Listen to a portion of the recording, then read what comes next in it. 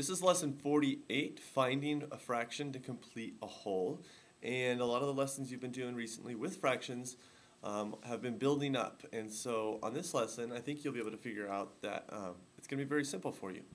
So up on the board, I have 6/6 and 5/5. And those both equal one number. What one number do they equal? 1, right? That's a whole. If you have 6 out of 6 objects, you have all of them. And if you have 5 out of 5 slices of a pie, then you have the whole pie. So those are equal to 1. So it's important that you know that when you have a whole group, that number could be represented as 1, or it could be represented as a fraction with the numerator and denominator the same. Okay? So when you get questions like number 1 on your homework tonight, where it says Maggie completed 3/7 of her homework, well, what would the whole thing be? 3/7 is part of it, but the whole thing would be 7/7. Okay? Now we talk in the same fraction that they talk about in number 1. So you can't just go, oh, she's completed 5/5 of it. That's not the way you want to look at it. You want to keep the denominator the same.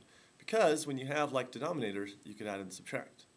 So, if this one says that she completed 3/7 of her homework, and they want to know what has not been completed, well, we know that the whole thing is 7/7.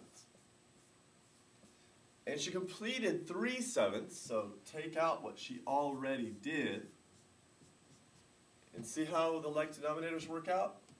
Like denominators, we can just subtract. 7/7, take away 3/7 is 4/7. Don't forget that the denominators stay the same when you add or subtract. Let's try one more of your problems. Let's try number 5. It says Marlena is learning how to take photos. She has taken 11/12 of the pictures on her roll of film. 11/12. She's almost taken all of them, right? What fraction of pictures on the roll does she have to take? Are there left? So 11 of the 12 have been taken. How many more would complete those 12s? 1/12 would be left over. You could look at it like 12/12 minus 11/12 equals 1/12. There's only 1/12 of those photo spots left over. Alright? It's just that simple today. Just make sure that when you find a fraction that equals a whole, you keep the denominator the same so that you can just subtract right across. Alright? If you have questions, come and see me. Thanks. Bye.